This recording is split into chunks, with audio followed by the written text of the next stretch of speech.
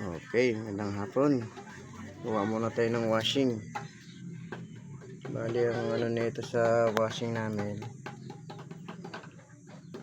kala ko yung sira niya ay kapasitor, kaya agad akong bumili noon after na ma-check ko yung kanyang mga pyesa, mga motor, iba't iba pa. Yung pala akala ko nung makabili ako nito hindi pala gumana pa rin, kaya naisip ko ang sira ay timer.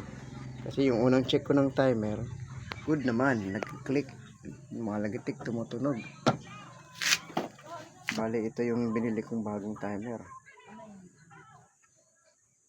150 pesos. Ito yung tatlong wire na to, konektado siya dun sa baba papunta sa motor at sa kapasitor.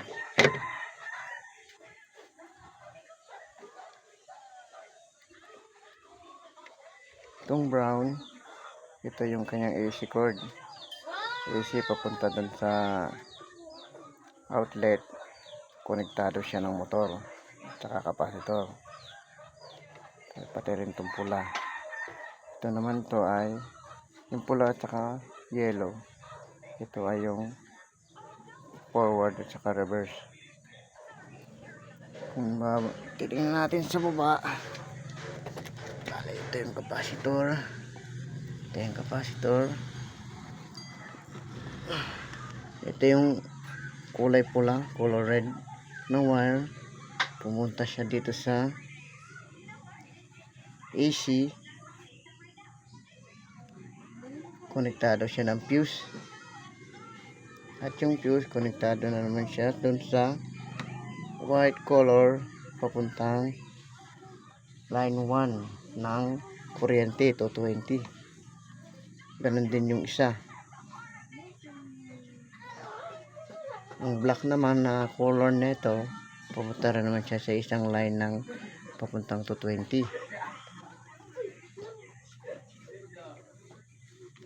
Tapos yung motor na dalawang yellow, yun ay reverse. Ito yung common ng motor. Itong dalawa, ito ay reverse at saka forward. Reverse forward ng motor, konektado siya sa kapasitor, left and right. Ang kapasitor pala natin ay non-polarity, kaya okay lang yan kahit magkabaligtad ang pagkabit. Kapasitor, yung dalawang yellow ng motor, yung wire galing sa motor at kapasitor, konektado siya ng washing timer, packet sa taas. Itong dalawang yellow na to, bali ito yung reverse forward. Ito naman yung AC papuntang washing.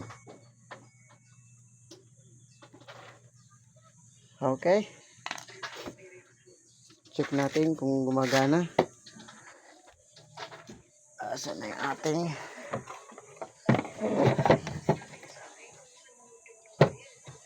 plies?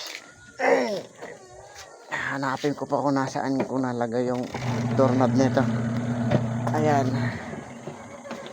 Okay, pinihitan natin yung kanyang switch timer, tumakbo. Yan ay reverse. Ang pag-ikot niya naka-reverse. Yan ay forward naman.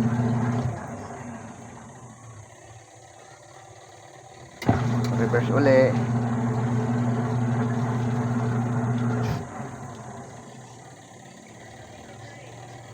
Forward naman siya. Yung ang kanyang ikot pa counterclockwise na parang relo. Okay, yan lang po. Thank you for watching. Gumagana na. Pwede na tayo maglaban na naman ng maayos. Thank you.